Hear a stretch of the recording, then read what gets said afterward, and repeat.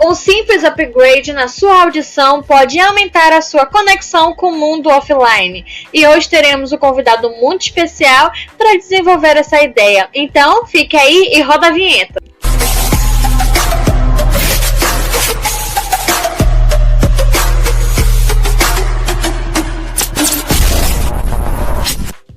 E estamos de volta aqui em mais uma semana do nosso podcast para falar com o médico otorrinolaringologista.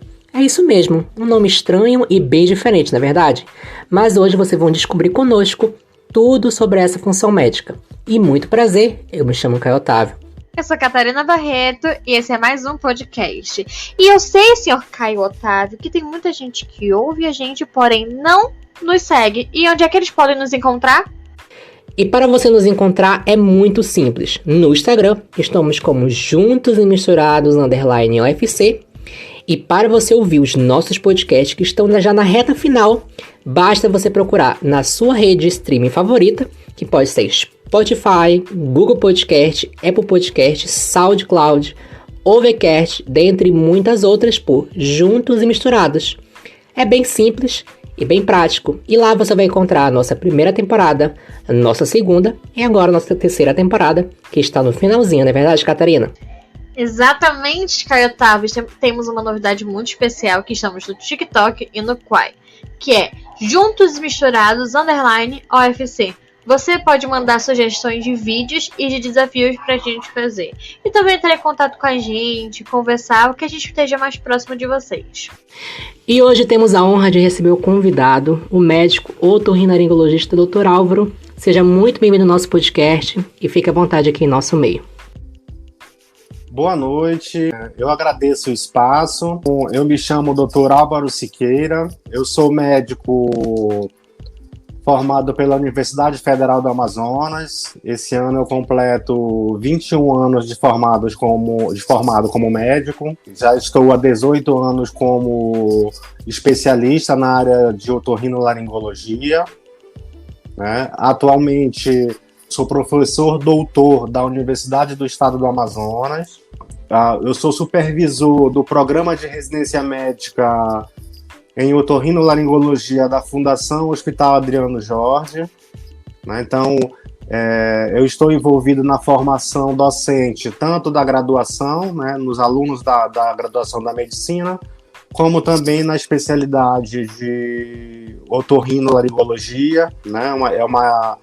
É uma residência médica que tem duração de 3 anos. Então, para quem não sabe, é assim: quando você faz uma faculdade de medicina, você forma um médico generalista. Então, essa formação são de 6 anos, né? Após esses 6 anos, você escolhe uma especialidade que você se identifica, né? Então, eu escolhi a otorrinolaringologia. E aí são mais 3 anos de especialização, né? Então, esse foi o meu caminho. Em 2007, eu defendi o meu mestrado, também pela Federal do Amazonas, pela UFAM. E o meu doutorado foi pela Faculdade de Ciências Médicas da Faculdade de São Paulo.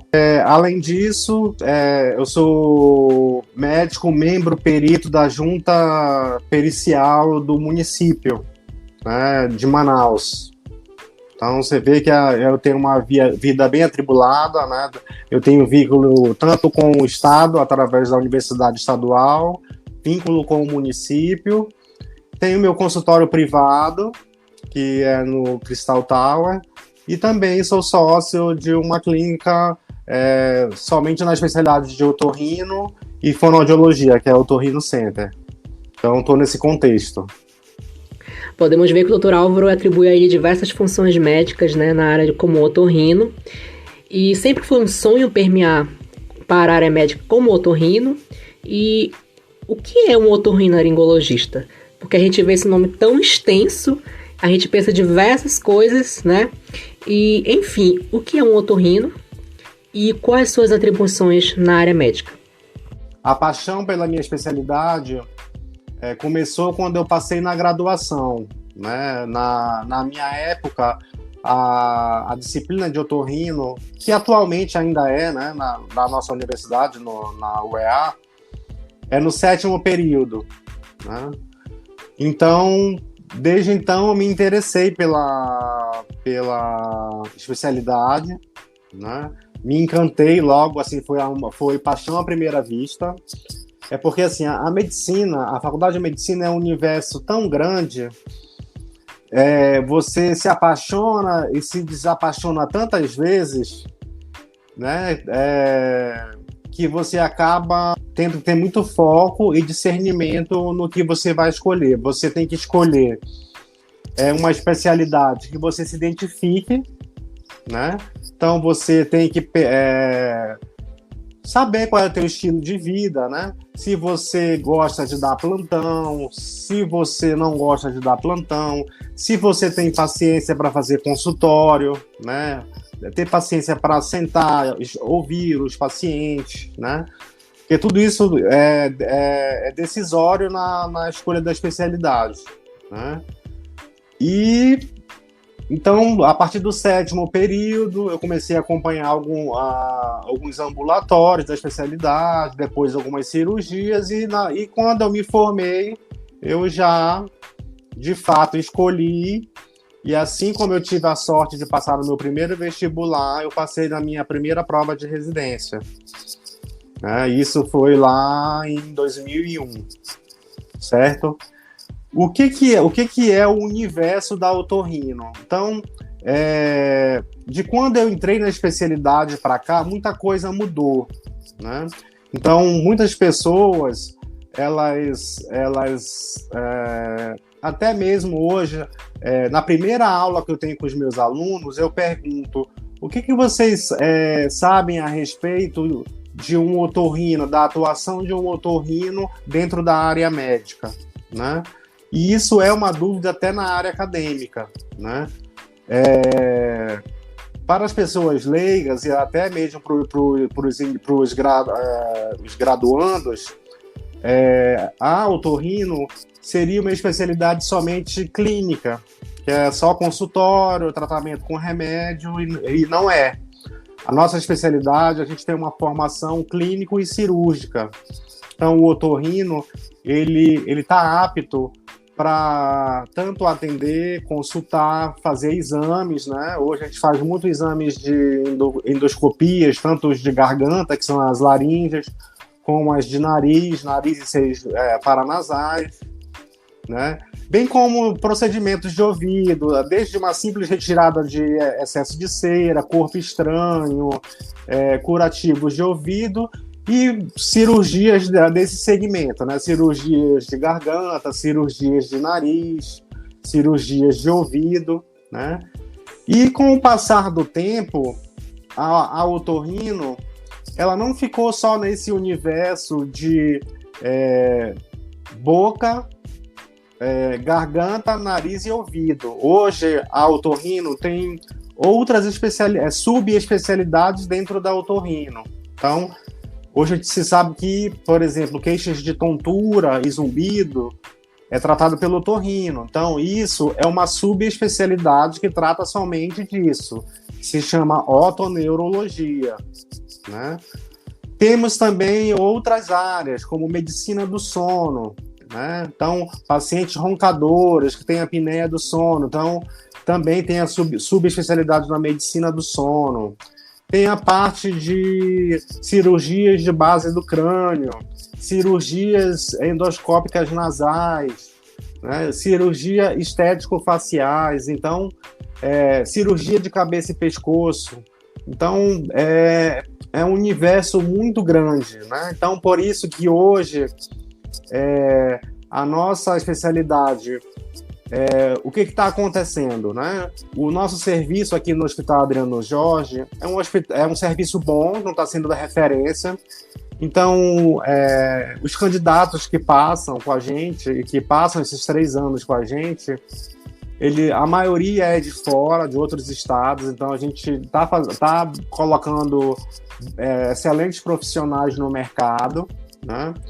Só que esses médicos residentes, que desde então eles têm que fazer uma prova de título de especialista para ele ser um especialista em otorrino, né? Então, é mais uma outra prova que a gente tem que ser submetido para poder ter... a gente tem um registro no CRM que tem uma numeração, tá? E a gente tem um outro registro que é o RQE, que é o Registro de Quadro de Especialista. Então, você só pode exercer a sua especialidade de fato e de direito quando você tem esse RQE. É quando você passa nessa prova de título e você é um especialista de fato. Como eu disse, a otorrino já tá virando um universo tão maravilhoso que, assim, os nossos residentes, além dos 3 anos de residência que são obrigatórios, eles estão partindo para o 4º, 5º ano de subespecialidade. Então, a gente tem alunos que já foram para a Unicamp, né, fazer cirurgia endoscópica nasal, já tivemos alunos que foi para a USP de Ribeirão Preto, né, fazer otorrinopediatria. Hoje, nós acabamos nesse ano, nós formamos um residente que acabou de sair da nossa especialidade. Ele foi aprovado num hospital de referência em otorrino em Curitiba, que se chama IPO, né? Então, ele agora está fazendo o R4, que a gente chama de Fellow, né? Que seria um 4º ano. Ele já é otorrino, mas aí ele vai ser um otorrino especialista em cirurgia só de nariz, que é aquelas cirurgias feitas por endoscopia. Então é isso daí, assim, é tanta coisa que a gente tem um campo de trabalho extenso, né? Então é uma vida bem atribulada, né? Quando você quer fazer consultório, dar aula, operar, fazer cirurgia, né? Trazer a melhor forma de tratamento possível para o seu paciente. Então esse é o universo da otorrino. É um universo e é uma galáxia dentro de um universo. Olha como as coisas são. Isso. E pegando o gancho do que você falou, quais são as doenças tratadas pelo otorrinolaringologista e as diferenças de sinusite, dos sintomas da sinusite e da rinite. E que palavra grande, hein? Uma das maiores do dicionário. E pior que aumentou. Na verdade, hoje, quando você vai estudar nos artigos novos, nos livros novos, o nome rinite e sinusite virou um nome só, rinocinusite, para complicar mais a cabeça do paciente. Mas, enfim, a sua primeira pergunta. As principais doenças, elas têm relação com a idade, tá? Então, eu atendo desde crianças, né, até idosos, né? Então, na primeira infância, as causas mais comuns, né, são as malformações congênitas, se chama desse jeito mesmo, malformações, tá? Se escreve assim. Como, por exemplo, eu vou dar um exemplo, laringomalácia, é quando a laringe é muito mole e a criança tem um estridor ao respirar, tá? Mas tem doenças mais simples, como rinite, sinusites, otite média, hipertrofia de adenoide, amidalite de repetição, então perdas auditivas, então crianças que têm aquele atraso de linguagem, né, que demora a falar, né, que demora a entrar no contexto social, então isso precisa ser investigado logo de início, né? A gente tem exames precoces para que a gente consiga ter essa fala, né, quando há atraso, né? Então isso é na primeira fase, né, na primeira infância. Então, depois, quando já vai na fase já da adolescência, começando para a parte adulta, as doenças começam também, as rinites e as sinusites também estão presentes, mas começam muito as inflamações de ouvido, né? Aqui na nossa região, pelo nosso clima quente e úmido, são muito comuns as otites, as otomicoses, que são os fungos nos ouvidos, né, pela questão do mergulho, pela questão da umidade daqui, né? queixas de nariz, né, de obstrução nasal, né? De garganta, nós temos muita relação também com o hábito alimentar amazonense, a questão das laringites por refluxo, né? Então, é um refluxo que é diferente do refluxo do estômago, é um refluxo que esse ácido chega até a laringe e a faringe, e isso começa a dar sintomas como rouquidão, tosse seca, globus faríngeo, que é uma sensação que tem algo preso na garganta, né? Então, isso daí é uma queixa muito comum em adultos jovens, tá? Principalmente mulheres, né? Também temos queixas em profissionais da voz, de telemarketing, repórteres, professores, cantores, a questão do uso excessivo da voz, causando fonotrauma e, consequentemente, às vezes, lesões das pregas vocais, tá? E numa fase mais tardia, na fase da melhor idade, nós temos principalmente as queixas de tontura e zumbido, principalmente, perda auditiva, né, que se soma com aquela perda auditiva que é comum da idade, né? Então a gente sabe que, assim como a visão, a audição, com o passar do tempo, ela vai diminuindo a sua qualidade, né? Então, por faixa etária. Cada faixa etária tem uma prevalência de doenças, né? A tua segunda pergunta, qual a diferença entre rinite e sinusite? Hoje, assim, eu vou tentar falar de uma forma mais clara.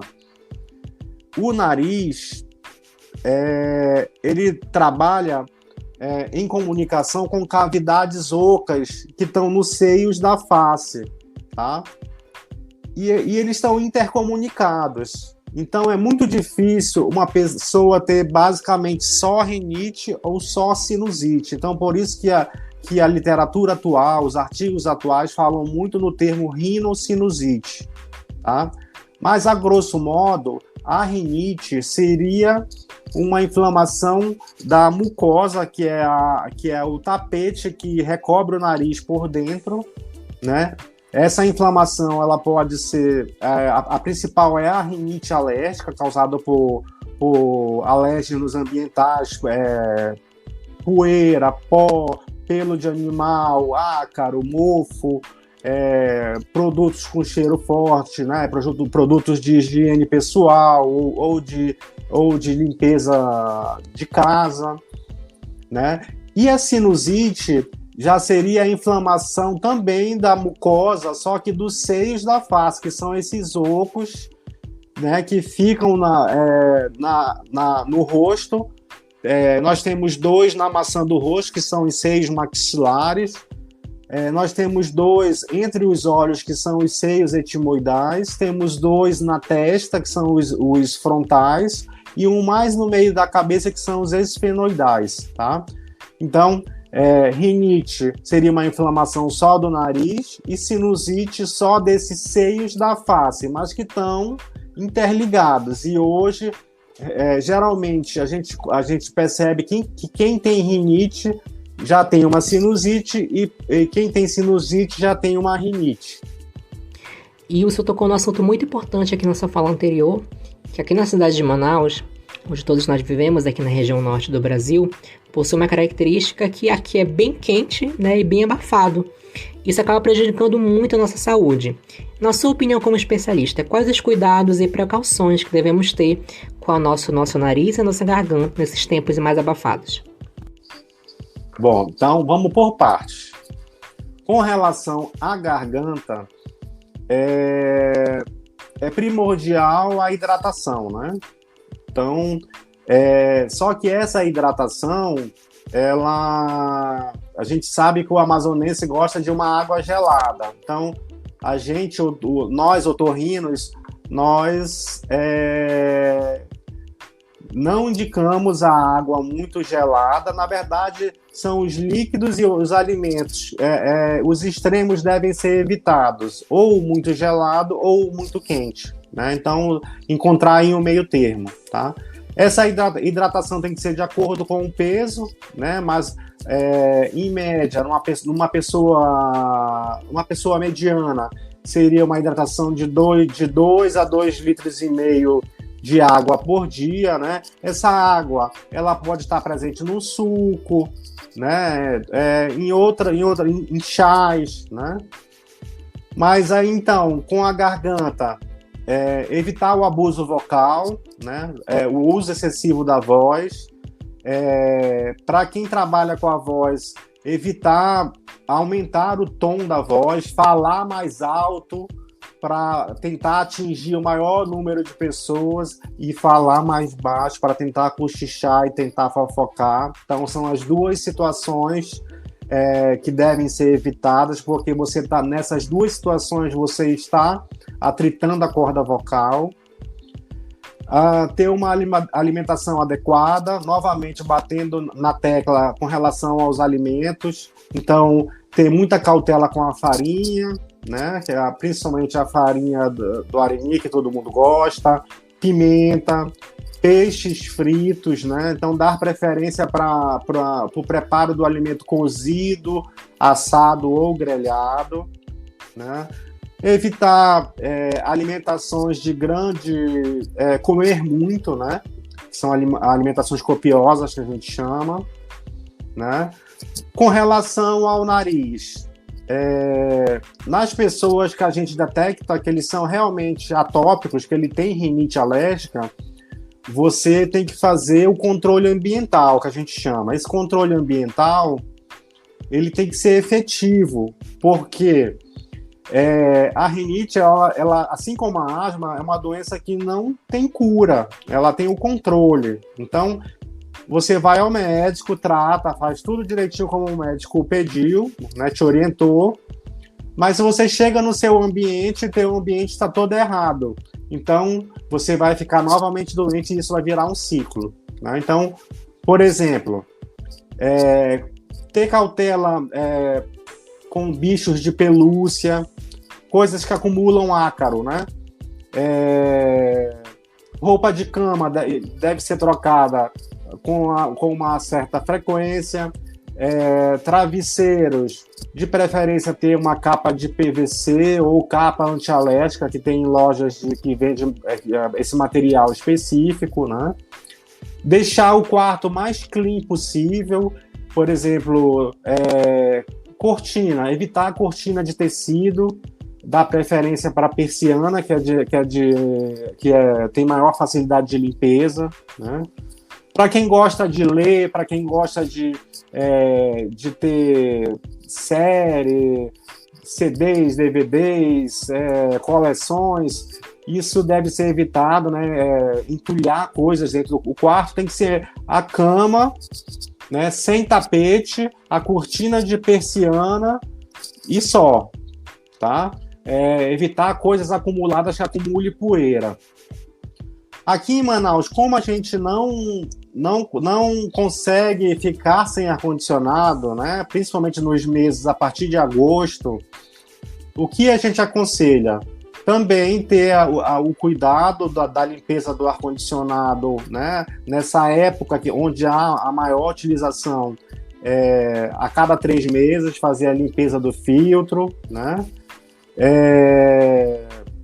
Nos meses que são mais quentes, né? Usar o umidificador, né? Agora, nessa época chuvosa, o umidificador não ajuda, tá? É na época mais seca, quando começar o calor, que é a que a gente já está esperando, né? Agosto em diante. A higiene nasal, né? Então, criar como hábito o uso do soro fisiológico para limpeza nasal, isso é essencial. Independente se você tiver doente ou não, isso já deve ser uma prática, né? Assim como você toma banho, assim como você escova o dente, você deve lavar as narinas com solução nasal fisiológica, né? Eu sempre aconselho meus pacientes de deixar o frasquinho, né, do lado da escova de dente, porque aí ele cria o hábito, né? Assim como que ele escova o dente, ele faz a higiene nasal dele, né? Então seriam basicamente essas recomendações. Eu lembro a primeira vez que eu... Primeira vez não, acho que é a segunda vez porque eu tenho rinite e sinusite e ainda sou asmática. Aí eu acho que foi quando eu tinha 16 anos, estava atacando muito a minha rinite. Aí eu fui ao médico e tal, aí fizemos exames, aí a médica começou a fazer um monte de pergunta. E eu tinha coxina. Eu ainda tenho até hoje, mas ela brigou comigo, aí eu dormia com o cachorro. Quando ela descobriu, ela... Menina, como é que tu quer melhorar desse jeito? Tu dorme com o cachorro? Eu vi uma esculhambação dela. Aí ela foi dizendo... Tudo isso que você falou, ela falou pra mim. Aí a gente até comprou uma persiana, só que como ela quebrou, e a gente tem um prédio, tem apartamento e tal, eu não pude ficar sem a persiana. Aí eu coloquei uma cortina. Mas como realmente recomendado, não pode ter muita coisa. Livros sempre tem que estar limpando, apesar que ele fica um pouco longe, mas sempre tem que ficar limpando, sempre tem que ter aquela higiene do quarto. Roupa também, eu não posso ficar mexendo muito em roupa que já ataca. Mas essa pergunta de agora é uma curiosidade. Por que é mais difícil crianças de 6 anos terem infecção de ouvido e de garganta? É mais difícil, você fala? Na verdade, mais propício. Sempre eu vejo que criança é mais propício a ter. Não, a faixa de idade que eles estão mais propensos é até os 3 anos de idade. Tá? Por quê? Existe um canalzinho que comunica o nariz com o ouvido, que se chama tuba auditiva. Tá? Então, na criança, ele é mais horizontal. Então, a chance da secreção ou da infecção do vírus ou da bactéria que está no nariz de ir para o ouvido é muito maior nessa faixa etária, justamente por essa anatomia da criança, entendeu? Quando ele vai crescendo, aí começa essa comunicação, começa a ficar mais vertical. Então, aí é uma barreira a mais para essa comunicação nariz-ouvido e não ter tanta infecção, tá? Mas o que a gente percebe muito hoje é que é mais comum em criança, sim, mas eu tenho visto muito em consultório em todas as idades, em adultos também, tá? Principalmente por quadros maltratados de nariz que evoluem com infecções de ouvido, né? Bom, continuando agora aqui com a parte da limpeza dos ouvidos, eu queria que você contasse pra gente como realizar essa limpeza de forma correta, sem prejudicá-la, né? Porque existem muitas pessoas que fazem essa limpeza com tampas de caneta, de lápis, coisas pontiagudas, né? E que isso futuramente pode até causar a perda, né, da audição, porque pode até perfurar o tímpano. Então, como realizar de forma correta, né, essa limpeza? Então, essa é a pergunta que o otorrino, ele fala, acho que de 5 a 10 vezes por dia no consultório, tá? Por quê? Vamos lá. Começando do pressuposto que a cera, ela é uma proteção do ouvido, tá? Então, aquilo que aparece marrom, que pode variar de um marrom escuro, um marrom mais claro, até uma cor um pouco mais branca em idosos, isso daí é uma proteção natural do ouvido contra corpos estranhos, né? Então, é isso que faz, por exemplo, que você está num ambiente e um carapanã, né? Falando aqui da nossa região, um carapanã não entre no ouvido, né? À medida, então, o ouvido não é para ser limpo de forma alguma, tá? A gente não recomenda o uso de nada, nem de cotonete, tá? Porque a própria fisiologia do ouvido, essa cera, ela é produzida, né? E o próprio organismo, ele vai reabsorvendo. Então, há um processo de formação e um processo de reabsorção, tá?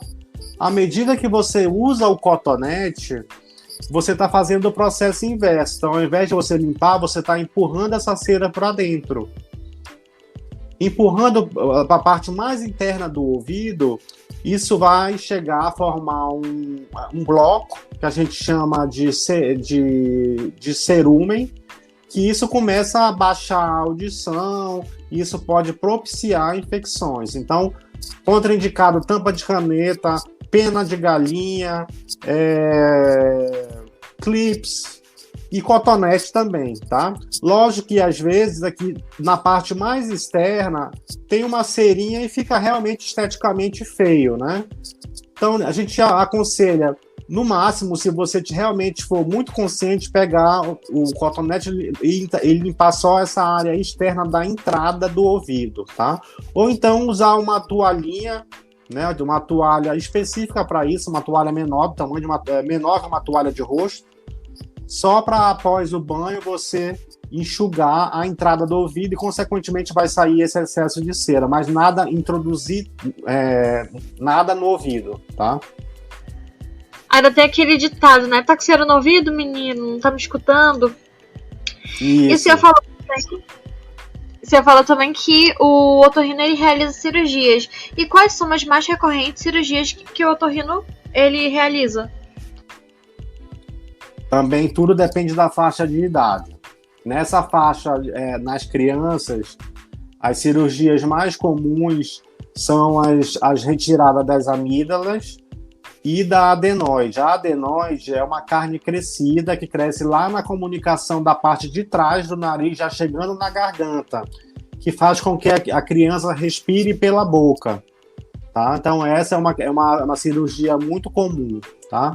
E aquelas crianças que têm repetidas crises de garganta, que precisa sempre tomar antibiótico, mal acabou de usar antibiótico, já entra em outra crise e assim vai.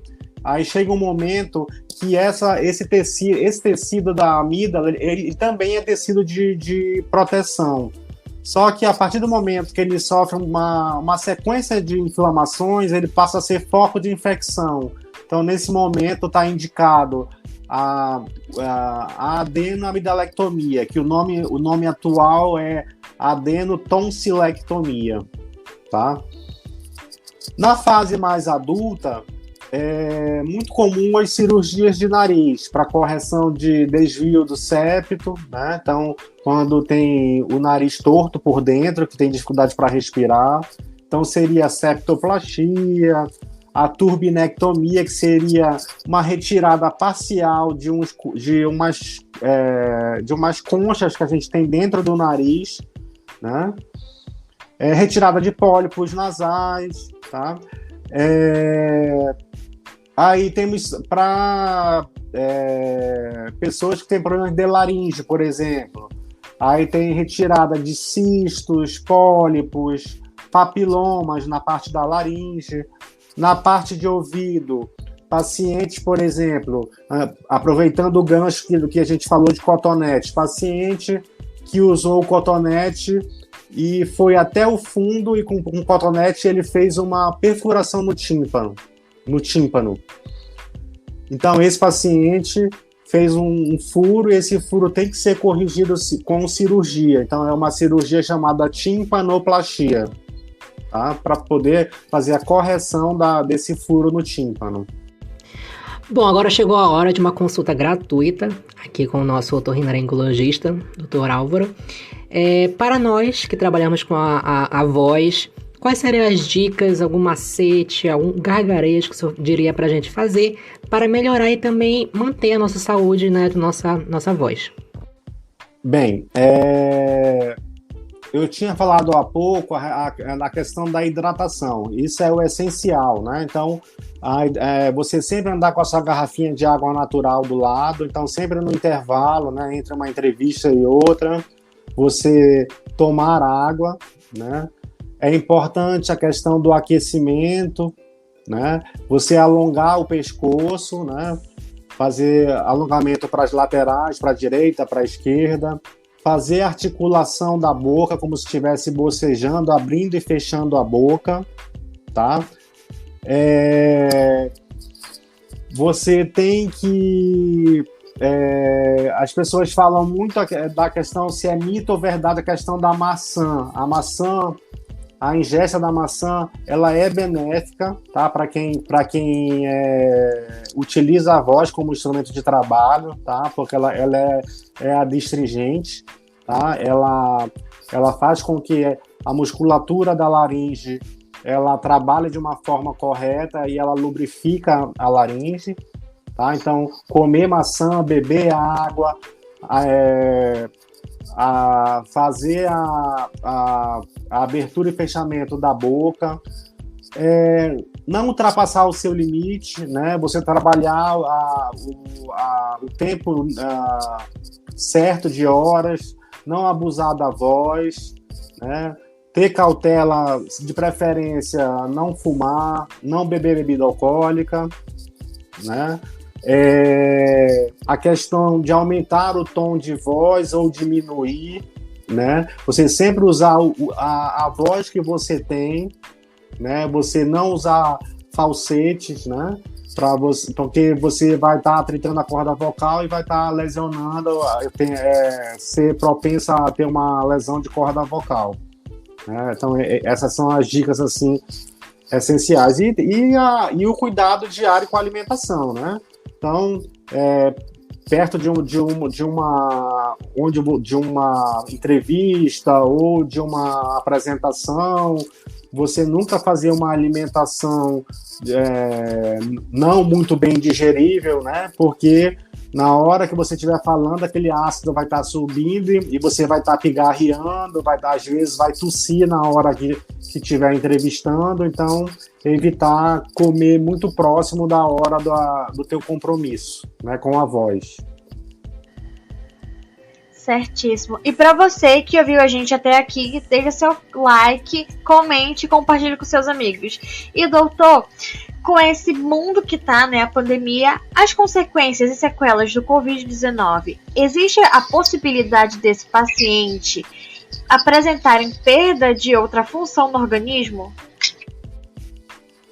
Na nossa especialidade, os pacientes de Covid, eles têm a perda do olfato e paladar, né? Que em alguns casos, nos casos mais leves, em questão de dias, isso volta ao normal, né? Mas a gente tem acompanhado, inclusive lá no nosso serviço, no Hospital Adriano Jorge, a gente tem feito a gente está fazendo projeto, acompanhando alguns pacientes. Tem pacientes que estão demorando meses e pacientes que demoram um pouco mais, né? Já aí tem mais de 6 meses com alteração do olfato, tá? Alguma das vezes, esse olfato ele volta, mas ele volta de forma diferente. Ele começa a sentir cheiro de coisas que não são o cheiro daquela coisa. Por exemplo, o cheiro de carne queimada, né, cheiro de podre. Então, tudo isso daí é feito com um bom diagnóstico, porque a gente precisa ver como é que está esse nariz, fazer uma endoscopia desse nariz, a partir daí tratar, né, e fazer o treinamento olfatório que a gente faz com essências, né? A gente faz um treinamento, por exemplo, com cheiro de café, baunilha, limão, né? A gente faz assim, coloca em copos separados e dá para o paciente sentir, né? Ele fica sentindo aquele odor por 20 segundos. E aí a gente pede para entre um cheiro e outro, ele dá um intervalo de 1 minuto. Então, ele vai treinar isso diariamente. Então, esse treino olfatório, ele vai fazer com que o olfato dele volte a 100% ao normal, como era antes. Tá? Só que, como é uma doença muito nova, a gente tem percebido outras situações. A gente já tem pacientes com queixas auditivas, né, com queixas de perda auditiva, pacientes com queixas de zumbido, né, mas tudo é muito novo. Então, a gente vai ter resposta daqui a alguns meses ou anos, né? Então, lá com a gente, por exemplo, entre nós, os residentes, os alunos bolsistas, estamos empenhados em trabalhos para justamente entender o porquê do organismo, quanto tempo o organismo leva para restabelecer isso, por que isso acontece, né? Então, Tudo isso tem que ser mostrado de forma científica para a gente consiga encontrar a resposta e consiga tratar de forma adequada. Mas sabemos também que tem outras áreas implicadas, né? Que nós, como por exemplo a trombose, né? Principalmente de membros inferiores, né? A gente dosa um elemento do sangue para que se tome um remédio para evitar trombose, né? Derrames, né? E assim, paciente que, dependendo de quanto foi o grau de comprometimento do pulmão, né? Se foi leve, moderado ou severo, esses pacientes ficam muito fatigados, né? Então, por isso que está muito indicada a fisioterapia respiratória, né? Pacientes ficam muito cansados, né? Eles não conseguem desempenhar atividades que eles faziam normalmente antes do Covid e pós-Covid não conseguem mais. Então, ele precisa de um suporte tanto do fisioterapeuta, do médico, do fonoaudiólogo. Então, é um paciente que precisa de uma abordagem multidisciplinar. E podemos ver logo no início do episódio que você tem uma vida bastante corrida. E sobra tempo para praticar alguma atividade física, um hobby? O que o senhor faz no seu dia de folga? Sim, eu moro em prédio, né, em apartamento, então aqui tem uma boa academia, então, assim, graças a Deus, eu tenho um personal bem qualificado, então eu faço atividade. Infelizmente, o horário que sobra para eu fazer atividade é no período da noite, que não é tão indicado, né, porque ele pode alterar um pouco o ritmo do sono, né? Mas é o horário que tem, né? E tento também me enquadrar na alimentação, né? Lógico que aqui e acolá tem um evento, você come uma coisa extra, mas lógico que na tua rotina, no dia a dia, você tenta se disciplinar ao máximo, né? Mas a atividade é essencial para qualquer situação, né? Tanto é que no período crítico da pandemia, onde as academias foram proibidas, tanto as públicas como as dos prédios, de condomínios, né? A falta da atividade física começa a trazer outras consequências, dores na coluna,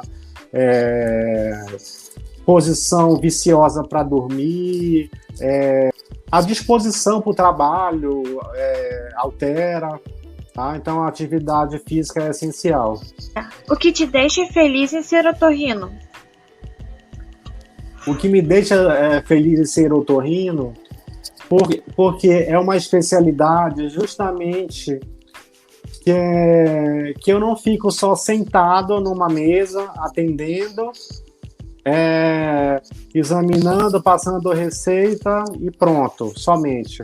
A minha especialidade ela é encantadora, porque eu posso consultar, eu posso medicar, eu posso fazer procedimentos, eu posso fazer exames de endoscopia, eu posso operar, eu posso ser um pesquisador, né? Então, tudo isso que eu citei no começo da entrevista, eu posso fazer, né? Então, eu posso ser um médico clínico, otorrino, eu posso ser um médico cirurgião otorrino, eu posso ser um médico otorrino professor, eu posso ser um médico otorrino pesquisador, né? Formador de novos médicos, formador de novos especialistas. Então, isso é o que me encanta, né? Então, o que me deixa mais feliz é, assim, como eu citei, os nossos residentes que saem aqui do nosso serviço vão para serviços de referência aí pelo Brasil, tendo destaque. Então, isso é o que me encanta, né? Então, tiveram uma formação, eu participei dessa forma, tive uma participação nessa formação e isso me deixa feliz. E o resultado positivo dos tratamentos que eu tenho com meus pacientes, né? O paciente que vai te indica para o outro paciente, né? Então, nada como boca a boca, né? Então, geralmente eu pergunto, alguém lhe indicou, eu disse, foi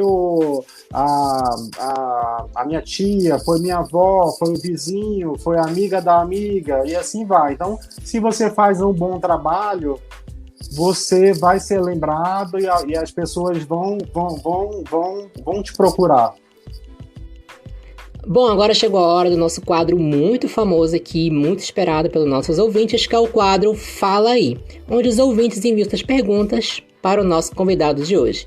E a primeira pergunta é do João Pedro. Há uns 6 meses atrás, meu ouvido esquerdo tampou e não voltava ao normal de forma alguma. Ficou uns 2 meses assim, e agora tenho uns sintomas estranhos nos 2 ouvidos. Às vezes, do nada, um dos meus ouvidos simplesmente perdem um pouco da audição, e logo depois voltam ao normal. O que pode ser isso? Para ter o diagnóstico certo, só examinando, né? Mas, assim, só possivelmente pode ser desde uma simples acúmulo de cera até uma inflamação mais interna, né? Mas eu apostaria no acúmulo de cera, que possivelmente ele é um candidato a fazer uma lavagem de ouvido, tá? Mas para que isso se confirme, a gente precisa fazer a otoscopia, que é através de um aparelhinho com uma luz boa, que a gente olha dentro do ouvido e confirma o diagnóstico, tá? Mas pode ser excesso de cera, pode ser inflamação de ouvido, e aí também a gente não pode esquecer das perdas auditivas mesmo, né, que podem se desenvolver em qualquer idade, tá? Então eu aconselho ele procurar um otorrino para que ele seja examinado, daí seja feito o tratamento correto. A próxima pergunta é da Graciete Matos. Doutor, admiro muito seu trabalho e profissionalismo. Queria saber por que a água do mar faz tanto mal aos meus ouvidos. Fui à Fortaleza tomar banho de mar e vim com os meus ouvidos escorrendo uma água podre. Não sei se foi do zumbido das turbinas do avião ou da água do mar. Me explique por que acontece isto. Será se tem de usar touca da próxima vez que entrar no mar? Bem, alguma coisa está errada, porque a água do mar é maravilhosa, né? Inclusive, a água do mar, para quem tem rinite, sinusite, é uma maravilha, né? Tanto é que os remédios que a gente usa em nariz são águas salinas, né? Com relação ao ouvido, o ouvido ele é dividido em orelha externa, orelha média e orelha interna, tá? Então, se ela entra no mar e sai uma água podre, possivelmente ela tem uma perfuração timpânica.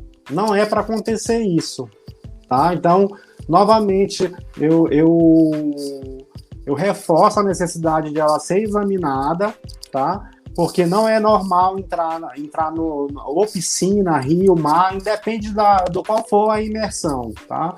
O normal, quando entra água, é ficar ali um pouquinho, mas você lateraliza a cabeça e essa água sai, tá? Se não sai e começa a formar uma secreção com odor, é porque infeccionou. Se infeccionou e perdura, é porque não é um problema aqui de fora, é um problema mais de dentro do ouvido, e ela precisa de um cuidado a mais para essa situação, porque as perfurações, como eu falei no decorrer da entrevista, pode levar a chance de mais lá para frente ter a necessidade de operar, tá? Então, o quanto antes que ela procure ser examinada, o melhor seria, né? E a ouvinte fez outra pergunta. É mito ou é verdade colocar água oxigenada volume 10 gotas para sair água dos ouvidos? Pois meu esposo já fez limpeza nos ouvidos e agora observo que ele está meio surdo de uns tempos para cá, sente tontura. Esses sintomas podem ser inflamação nos ouvidos? Os sintomas podem sim ser inflamação do ouvido, e a gente desaconselha o uso da água oxigenada, tá? Então, se ele nunca foi examinado por um otorrino, a gente não sabe se o tímpano dele é íntegro ou não, se ele tem furo ou não. Então, se ele aplica alguma coisa sem saber se isso vai entrar para uma parte mais interna do ouvido, isso pode causar uma irritação química e causar uma inflamação ainda maior desse ouvido. Então, eu contraindico o uso da água oxigenada, tá? E a Gabriela Amaral pergunta: escutei música no fone de ouvido e uma parte estava muito alta com um volume muito agudo. Fiquei com uma dorzinha que só acontece quando escuto notas mais altas e agudas em músicas. É minha primeira vez com uma dor assim nos ouvidos e estou com uma dor de cabeça e enxaqueca. O que poderia ser?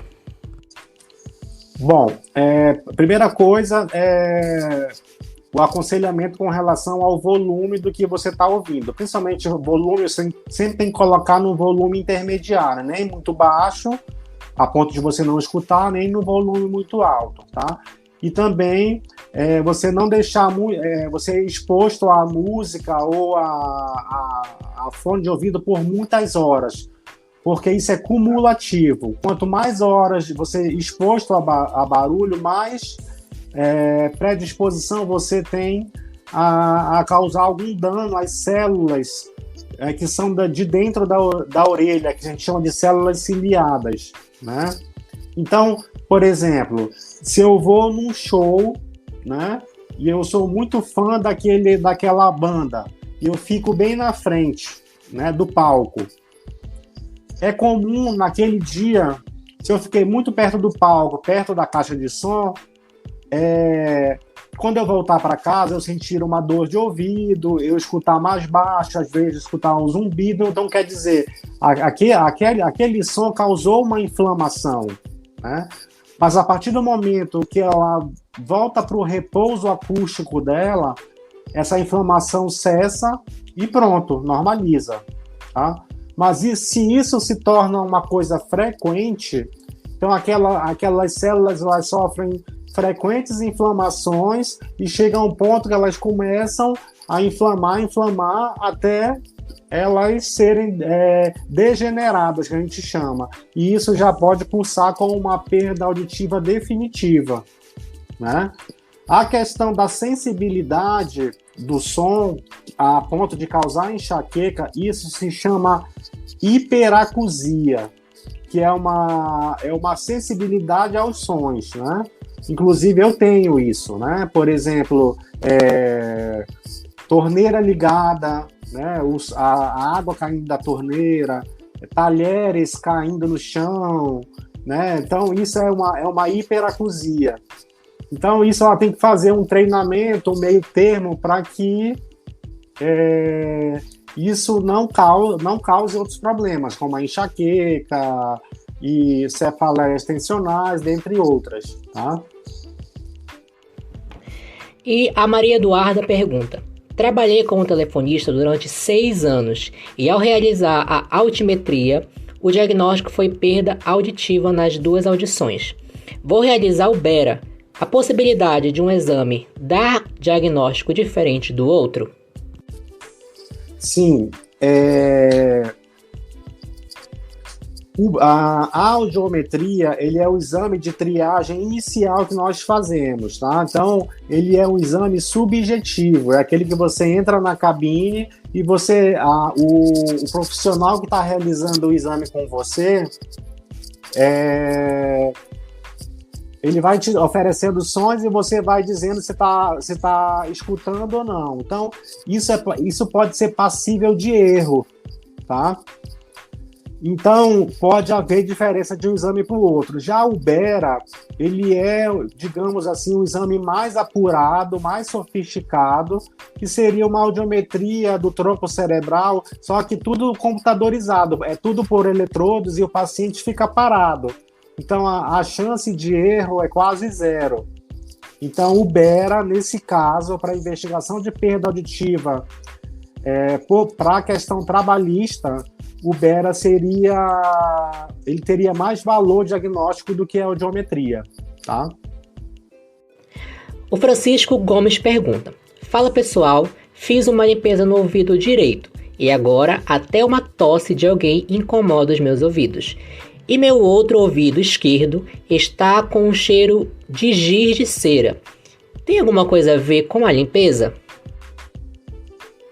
Sim, possivelmente tem a ver. Se ele fez a limpeza só de um lado, então ele está com uma diferença entre as orelhas, né? Então um lado tá mais aberto e o outro lado está mais fechado, tá? Se a cera tá com um odor forte, quer dizer que tem muita cera. Então, possivelmente, ele vai ter que fazer o procedimento do outro lado também, tá? Essa questão dele acostumar com os sons, isso com o tempo o organismo ele vai entender, né? Ele vai mandar mensagem para o cérebro que ele vai dar uma organização e o momento vai passar, tá? Mas se tem essa diferença é porque possivelmente ele lavou só um lado e o outro ainda ficou cera e precisa fazer o procedimento do outro lado também. E depois, com o passar do tempo, o organismo entende que aquela audição vai normalizar num determinado momento, tá? Isso tem relação com o procedimento. Eu sempre falo isso para o paciente. Tanto é que ele acaba de fazer, por exemplo, uma lavagem. O paciente, eu estou ouvindo tudo. Agora eu tô ouvindo a televisão lá de fora da recepção. Então eles falam assim, né? Então naquele primeiro momento, tem pessoas que é só naquele primeiro momento, mas tem pessoas que levam dias, né? Mas isso chega uma hora que vai voltar ao normal. Cláudia Muniz pergunta: tem a audição prejudicada desde pequena e também estão sempre vazando secreções dos meus ouvidos. A médica que me acompanha desde criança disse que não posso usar aparelho porque a secreção pode queimar ou oxidar o aparelho. Existe aparelho específico para o meu caso?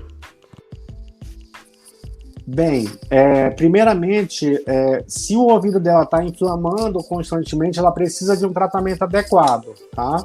Não é um ouvido perfurado, não é para ele ficar com secreção o tempo todo. No momento essa secreção tem que cessar, ou então essa paciente tem que ser operada, tá?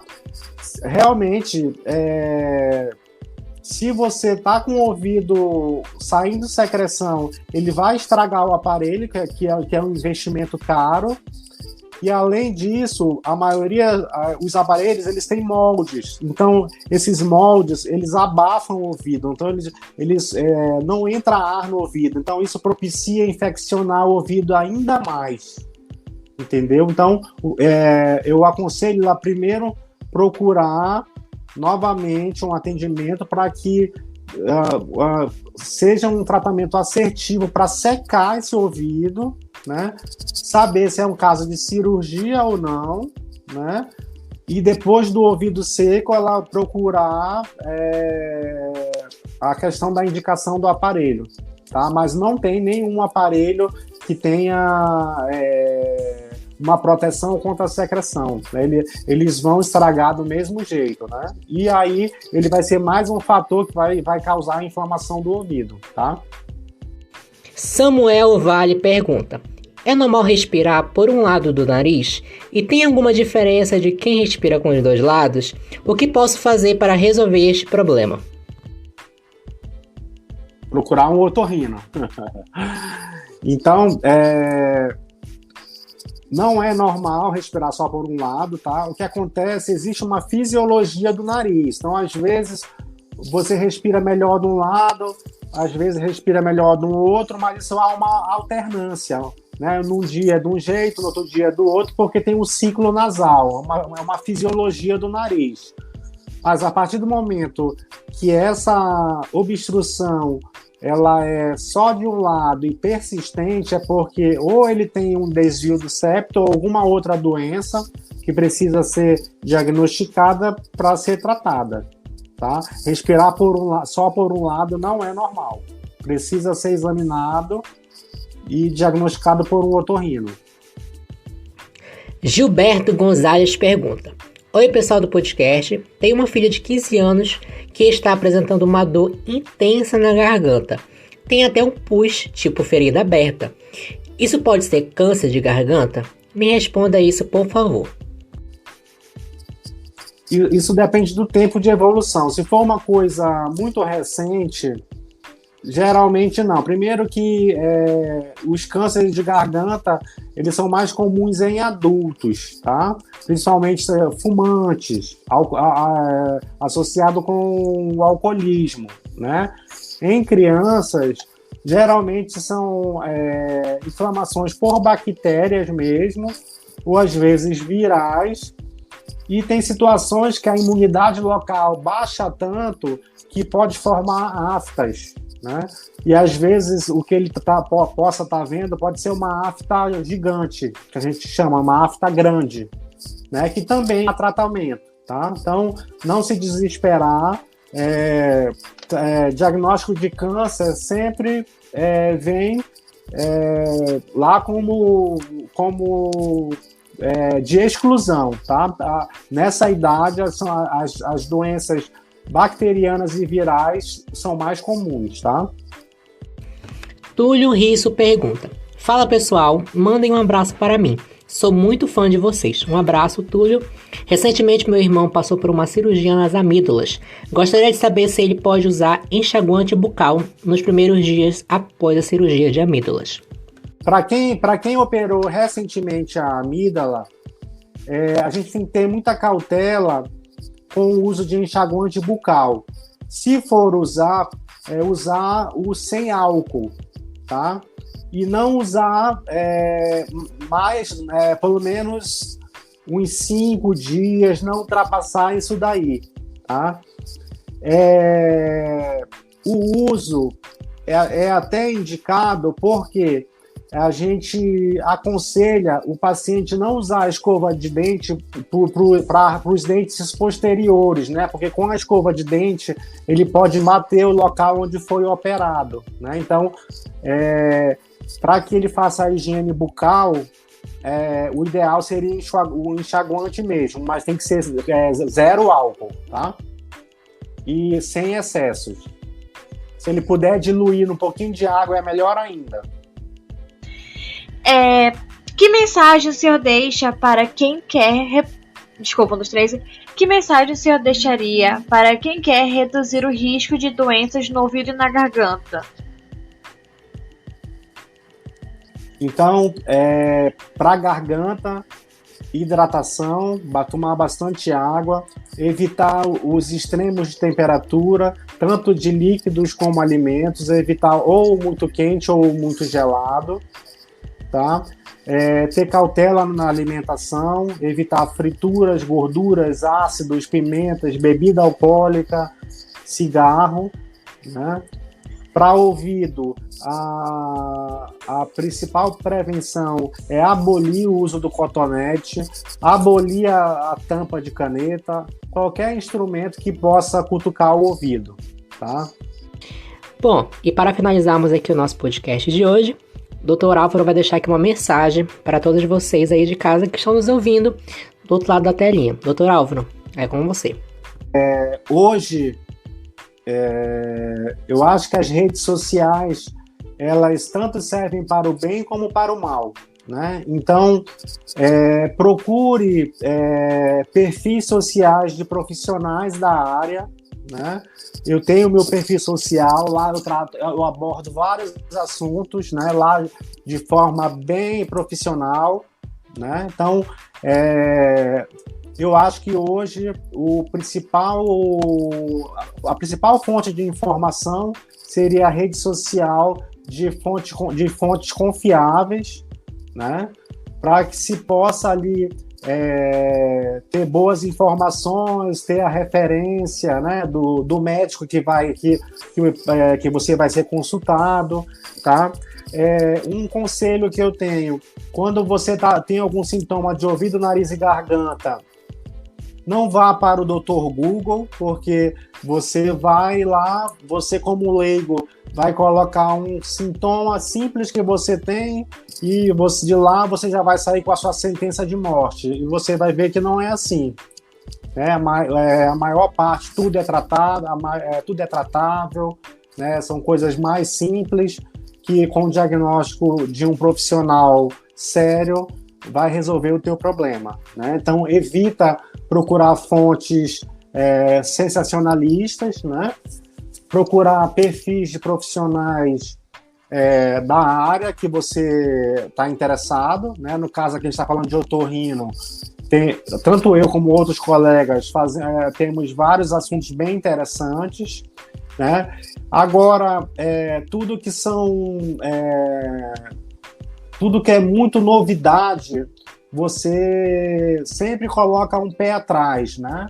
Então, por exemplo, eu cito uma coisa muito estranha que eu vejo hoje, são essa limpeza de ouvido com o cone de cera. Vocês já viram isso? Já, eu vi um vídeo no Instagram. Isso é uma coisa absurda, gente. Não sigam isso, pelo amor de Deus. Isso, além de causar irritação química do ouvido, você pode causar uma queimadura dentro do ouvido, é pele também. Então, você pode causar uma queimadura, até uma perfuração timpânica. Tá? Então, esse tipo de terapias alternativas que surgiram, que viram novidade, que viram moda, tenham cautela, procurem se informar, tá? Então, esses cones para limpeza de cera, o otorrino não indica, tá? E assim finalizamos mais um episódio aqui com o Dr. Álvaro. Doutor, muito obrigado pela sua participação. Foi uma honra ter recebido aqui o senhor para falar desse assunto tão importante que é a otorrinolaringologia. E sinta-se à vontade, as portas estão abertas caso o senhor queira retornar. Doutor, o senhor também tem um Instagram, você poderia falar aqui pra gente gente divulgar? Posso sim, é @doutor.alvarosiqueira.otorrino.